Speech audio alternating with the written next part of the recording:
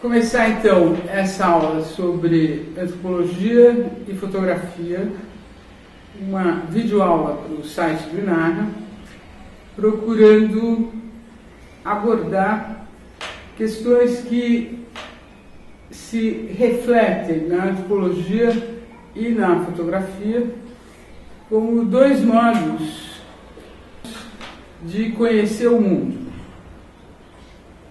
A fotografia surge na primeira metade do século XIX e ela inaugura um novo modelo de percepção e de cognição. Mas por que um novo modelo de cognição e percepção? Porque pela primeira vez na história da humanidade, a mão deixa de ser utilizada para produzir imagens. E os olhos, eles captam muito mais rapidamente do que as mãos. O próprio Cartier-Bresson, um grande fotógrafo francês, dizia que a fotografia é como se fosse um desenho acelerado. E a fotografia surge nesse momento histórico do século XIX, num momento muito específico, em que se começava a pensar na necessidade de uma maior credibilidade para aquilo que é feito. E a fotografia, quando ela já surge nesse estatuto da objetividade. O Bazin, um intelectual francês, lembra que a lente da câmera fotográfica é chamada de objetiva. Então, a fotografia é vista nesse seu início como uma forma objetiva de captação da realidade e de produção de imagem. Muito mais do que as artes plásticas. Essa capacidade de objetividade da fotografia é que vai conferir a ela uma enorme objetividade, uma enorme crença de que tudo aquilo que ela capta é real. O Bazin dizia, eu cito, a fotografia se beneficia de uma transferência de realidade da coisa para a sua reprodução. Quando nós olhamos uma foto, nós não enxergamos a fotografia, o suporte material da imagem, o que nós enxergamos é aquilo que está nela representado. Mas essa crença na objetividade da imagem fotográfica, ela rapidamente vai começar a ser contestada. E hoje a fotografia ela é vista não só no seu aspecto documental, objetivo, mas também no seu aspecto expressivo e artístico.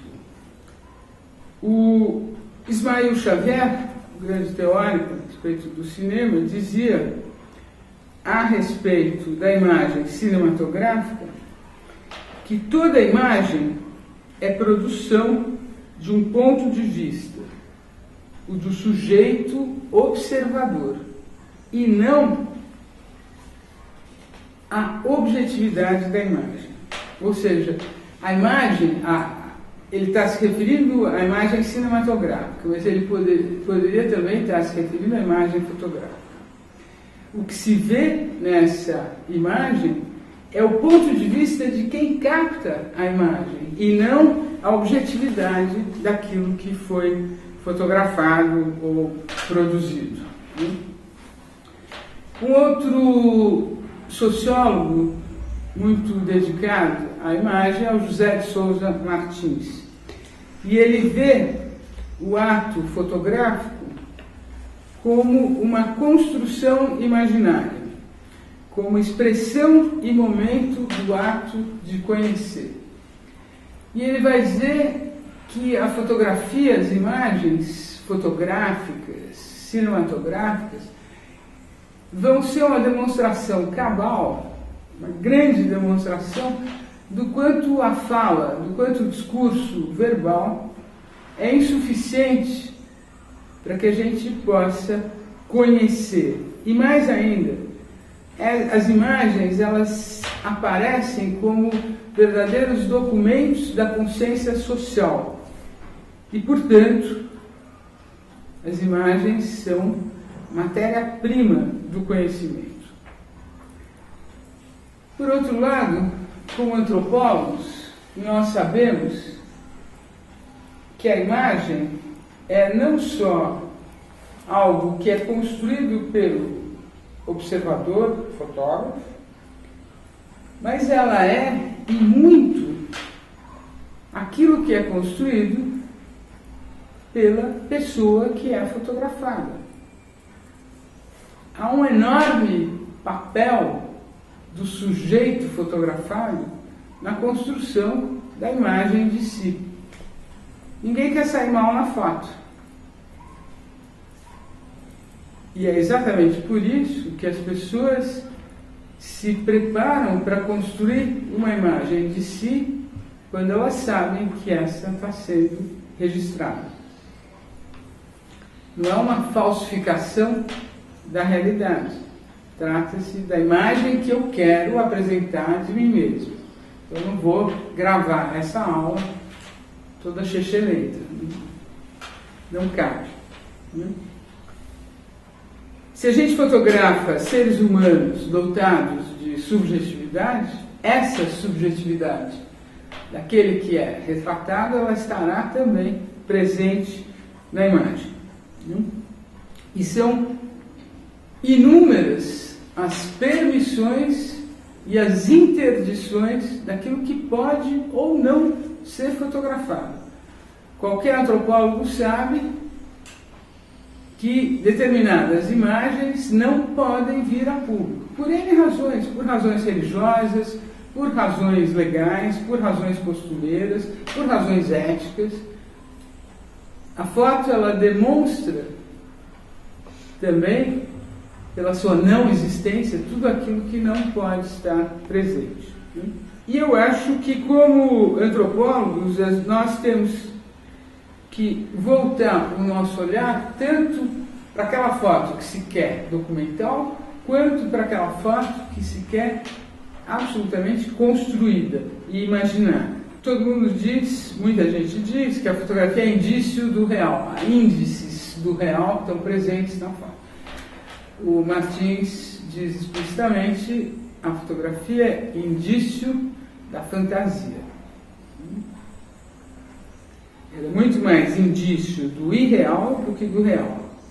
Muito mais, supostamente, o real recoberto e codificado pelo fantasioso, pelos produtos do auto-engano, e que são próprios das reproduções das relações sociais e do seu respectivo imaginário.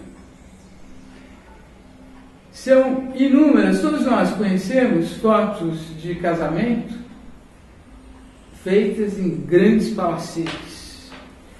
Fotos de casamento que têm por trás uma cachoeira gigantesca, em parques idílicos. São construções absolutamente pertinentes para a gente entender o imaginário daquele casal que quer ser fotografado naquele contexto. Então, num certo sentido, em cada época, as imagens trazem para nós como que uma educação da visão. A Susan Sontag diz explicitamente: a fotografia, ela nos traz uma gramática do olhar.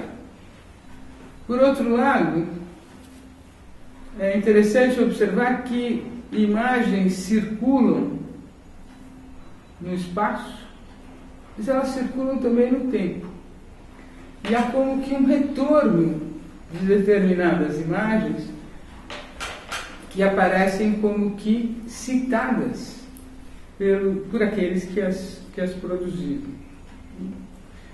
Tem um antropólogo, um jovem antropólogo cearense, chamado Evelter Rocha, e ele fez uma análise interessantíssima de fotografias realizadas no sertão do Cariri. Então, aquelas fotografias, nós já vimos em vários lugares, fotografias no formato oval, em que aparece a avó e a neta. Só que a avó morreu antes da neta nascer. Seria fundamental que aquele vínculo entre a avó e a neta aparecesse visível naquela fotografia. Então, são duas imagens que são remontadas como se numa convivência contemporânea entre a avó e a neta. Outras fotos, ele traz inúmeras fotos interessantíssimas, mas uma outra, que é um casal com a roupa de casamento. O homem e a mulher, o noivo e a noiva, e eles são daí fotografados com a sua roupa de casamento. Gente, olha a foto, foto do dia do casamento.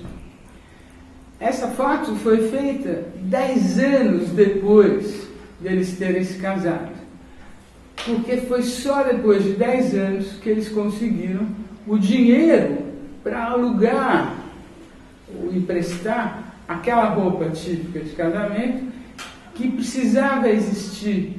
Então, essa imagem com a roupa daquele momento ritual específico. Então, isso mostra o quanto as imagens tornam visíveis alguma coisa muito importante para as pessoas. Há um filme interessantíssimo do David McDougall, chamado Photo Wallace, sobre a fotografia na Índia, e que mostra muito bem o quanto o documental não pode fugir à fantasia e ao imaginário.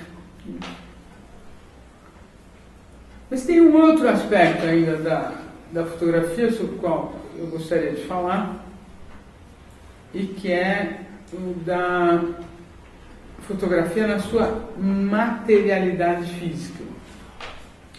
É uma coletânea chamada Photographs, Objects and Histories, foi organizada pela Elizabeth Edwards e a Janice Hart, e que é uma coletânea que reúne vários artigos que pretendem exatamente trabalhar essa dimensão da fotografia enquanto um dos elementos da cultura material. A materialidade da foto tem um aspecto muito marcante, muito positivo, porque são objetos físicos, reais, né? Num mundo que é fisicamente apreensível a partir da visão, mas também a partir do tato, do olfato. Eu posso pegar a foto, eu posso cheirar a foto, né? São inúmeras as pessoas que beijam uma fotografia, seja a fotografia de um ídolo, de um popstar, seja a fotografia do filho. São pessoas que se relacionam com a foto como se estivessem se relacionando com a pessoa aí representada nessa foto. Não é um fetichismo reducionista, né? Essa abordagem da fotografia enquanto elemento da cultura material corresponde a uma tendência muito contemporânea da antropologia de analisar os objetos, inúmeros objetos, objetos rituais, objetos não rituais, objetos do mundo contemporâneo, como não a partir do seu significado, e sim a partir da possibilidade que esses objetos têm de desencadear relações sociais e da possibilidade que esses objetos têm de agência social, de agirem sobre as pessoas. E há um antropólogo inglês, já falecido, faleceu jovem, que é o Alfred Jell, e que desenvolve bastante essa perspectiva de análise dos objetos enquanto objetos desencadeadores de relações sociais e objetos artísticos que são analisados não pelo seu significado simbólico, e sim pela sua possibilidade de agência social. Então, nesse sentido, os objetos e as fotografias entre esses objetos podem ser vistos como atores sociais. Os objetos agem sobre o mundo, as fotografias igualmente agem sobre o mundo. É um livro da Vicki Goldberg, chamado The Power of Photography, que mostra o quanto determinadas imagens são decisivas na história da relação entre países. Por exemplo, ela reúne várias imagens da Guerra do Vietnã e o quanto essas imagens foram importantes para desencadear determinadas consequências na relação entre os Estados Unidos e o Vietnã em meados dos anos 60. Por outro lado, as fotografias elas são também objetos de troca. Nós trocamos fotos, né? E esse é um uso social muito difundido da fotografia. Você dá fotos de presente para alguém. As fotografias também podem ser usadas como objetos votivos. Eu tenho votos de recuperação de uma pessoa e eu posso levar a foto dessa pessoa numa igreja para que o padre possa benzer a foto. Ao benzer a foto, o padre estará imediatamente, por meio dessa fotografia, intercedendo para a pessoa fotografada, né? Elas podem ser usadas como adorno no corpo. Em inúmeras sociedades, elas têm de tal modo a presença da pessoa fotografada que, depois da morte dessa pessoa, elas não podem mais circular. Em inúmeras sociedades indígenas, fotos de mortos não podem ser exibidas. É como se o morto voltasse por meio da fotografia, e o lugar do morto não é entre os vivos. Ele certamente vai importunar os vivos. Cabe aos mortos ficar no lugar dos mortos. Depois que os vivos já fizeram todos os rituais para homenageá-los, eles não podem voltar para esse mundo. E a fotografia seria um meio pelo qual o morto poderia voltar. Por outro lado, ao contrário do texto, a fotografia é muito mais facilmente manipulável. Desde que a fotografia existe, ela está sujeita à manipulação. Durante a Segunda Guerra Mundial, os nazistas ocuparam a França e alguns soldados estavam já passando fome, estavam num bosque, passando fome já há muito tempo, e chegam os oficiais nazistas nesse grupo de soldados reunidos. Os nazistas chegam para os soldados carregando pães, víveres, etc. Quem de vocês quiser comer, levante a mão. Eles fotografaram e era a foto veiculada como se o exército francês se submetesse à ocupação nazista e fizesse a saudação oficial. São também extremamente interessantes para a gente analisar as imagens. Tem uma foto que é a imagem de um índio caiapó, o Paiacã, que fez um contrato com uma empresa de cosméticos, que é a Body Shop, uma empresa inglesa de cosméticos. Então aparece a cara do Paiacã, mostrando o quanto os índios eram capazes de fazer contratos com empresas multinacionais. Essa mesmíssima imagem é utilizada em 1992, também pela revista Veja, mas abaixo dessa imagem do Paiacã, do seu cocar, tem uma legenda que está escrito O Selvagem. Essa legenda, ela dirige a leitura e ela produz uma recepção da imagem completamente diversa daquela que era veiculada sem a legenda. E é o Roland Barthes que se refere a isso, mostrando a importância da legenda para a fixação de um sentido apenas. Toda a imagem é polissêmica, mas onde está essa polissemia da imagem, esses vários sentidos da imagem?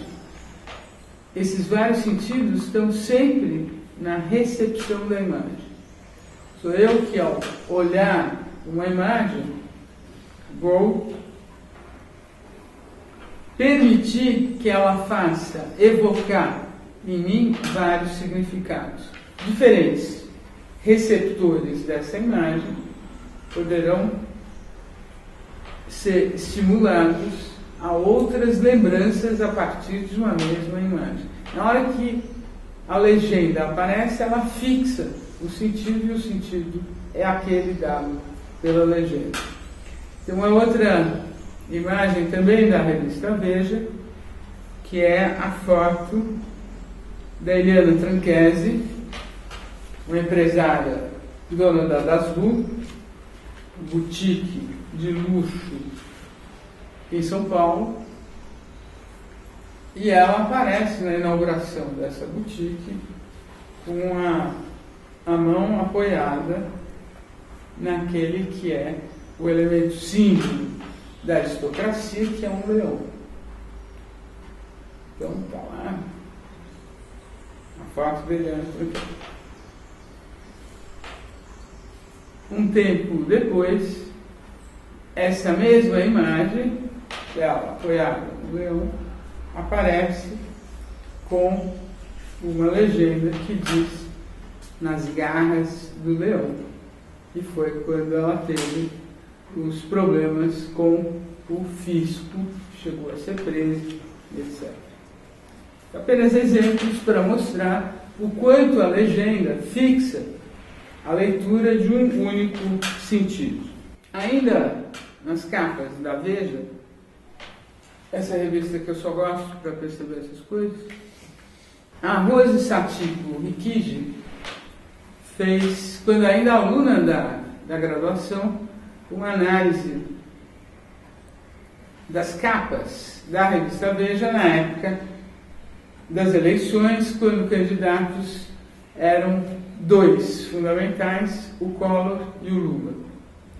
Então ela coloca várias capas, e a Veja, como qualquer veículo da imprensa, era obrigado a se dar capa um candidato, o outro tem que aparecer. Bom, o Collor aparece sempre como um dandy, um verdadeiro príncipe, e o Lula como sobrancelhas, barbas e bigodes, uma figura quase que diabólica. com os cabelos desgrenhados. Bom, quando a gente fotografa, a gente percebe que existe como que uma ética da visão, uma gramática que orienta o nosso olhar, inclusive. Quando fotografamos, nós nos apropriamos daquilo que a gente fotografa. Então, é alguma coisa semelhante a modos de apropriação do conhecimento. Fotografias podem ser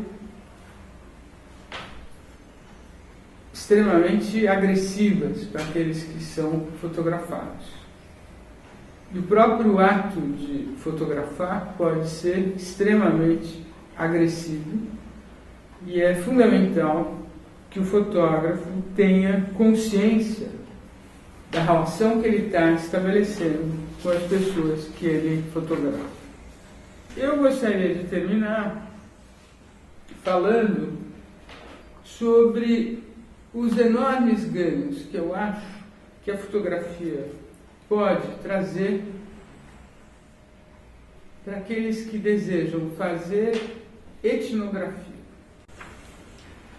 A gente sabe que uma boa etnografia depende de um bom recorte. Ninguém faz etnografia sobre a realidade social, o mundo em que vivemos. Não existe etnografia com esse nível de abrangência. Esse recorte, por sua vez, ele é fruto de uma boa pesquisa de campo, em que a pessoa consegue identificar naquela realidade o que é possível e pertinente a ser conhecido de modo mais aprofundado. Então, o recorte é uma construção do pesquisador. Ele não está dado.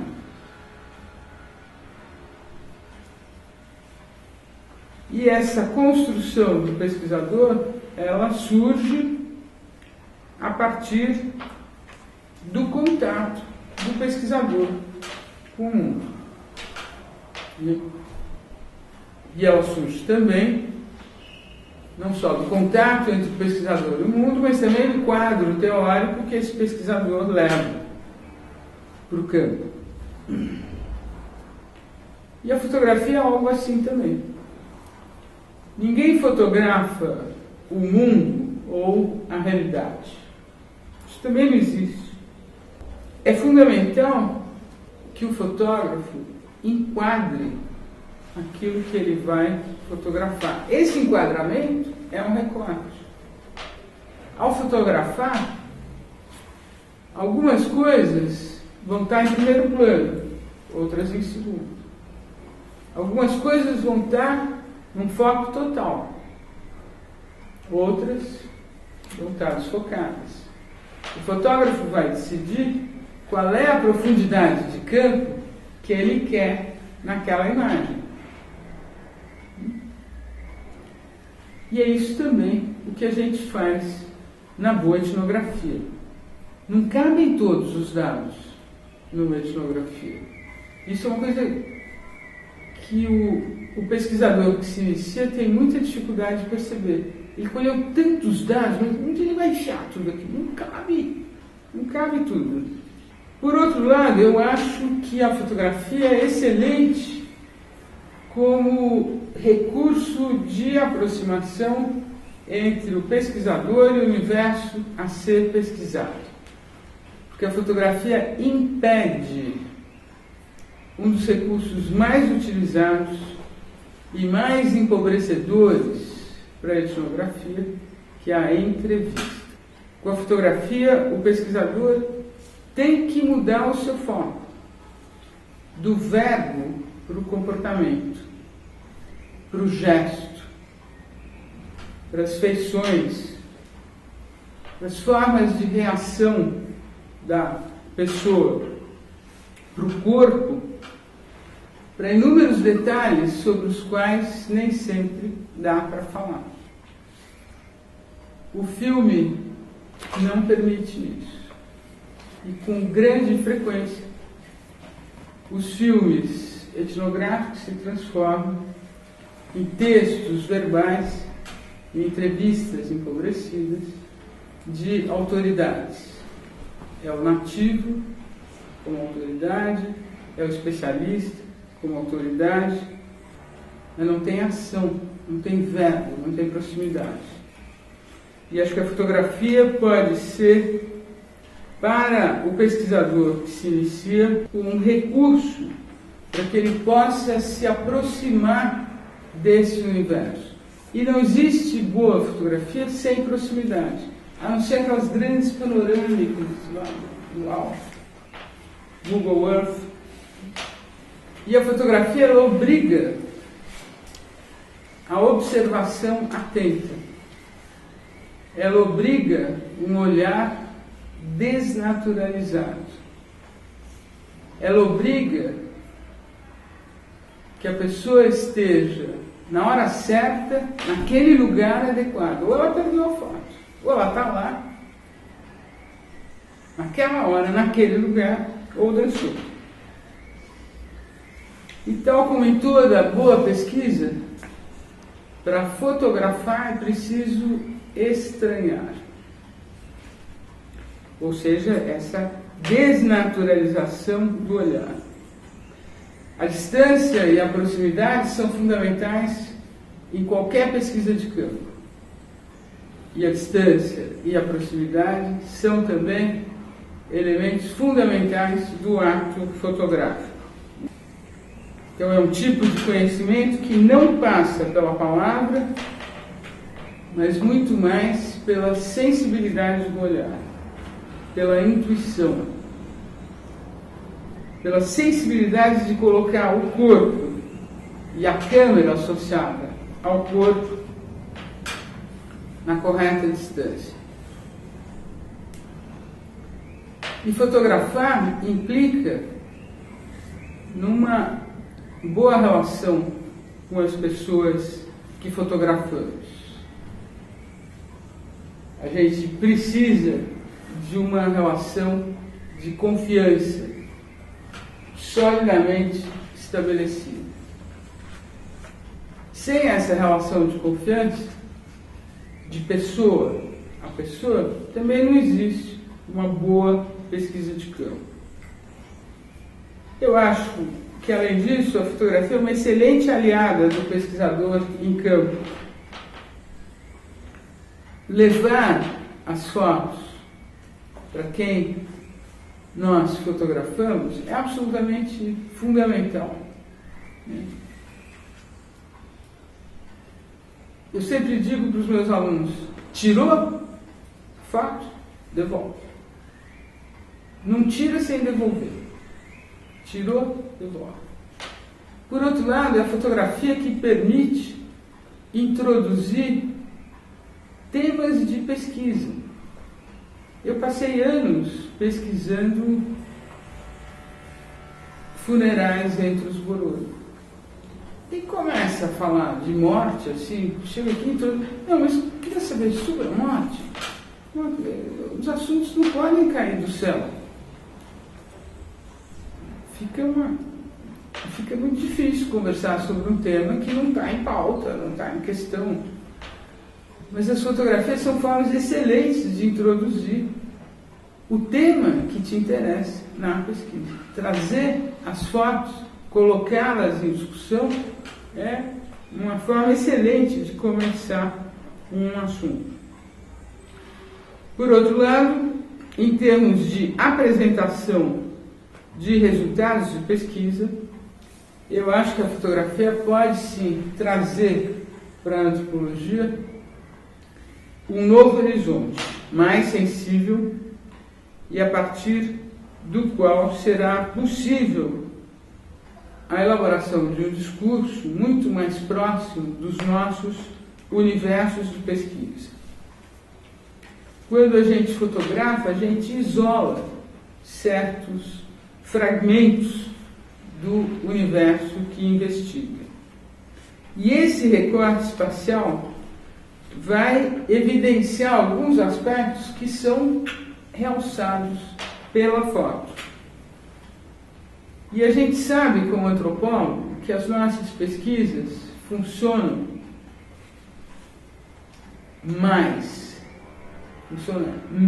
melhor se investigamos universos mais reduzidos de pesquisa. Nós trabalhamos melhor no nível micro do que no nível macro. E a fotografia tem também essa qualidade de estar bastante sintonizada com esses fragmentos da realidade. Eu acho que tanto a etnografia quanto a fotografia nos dão uma sensação de incompletude. Ninguém esgota o universo de pesquisa numa etnografia. Também não esgotamos um fragmento daquela realidade com as nossas fotografias. Mas, tanto a etnografia quanto a fotografia recortam um campo sobre o qual é possível se aprofundar, num mergulho que é ao mesmo tempo sensível e inteligível. E isso é um ganho. E eu acho que é esse silêncio eloquente das imagens fotográficas que nós poderíamos levar para a nossa disciplina, com tudo que, a seu modo, as fotografias têm a dizer. É isso.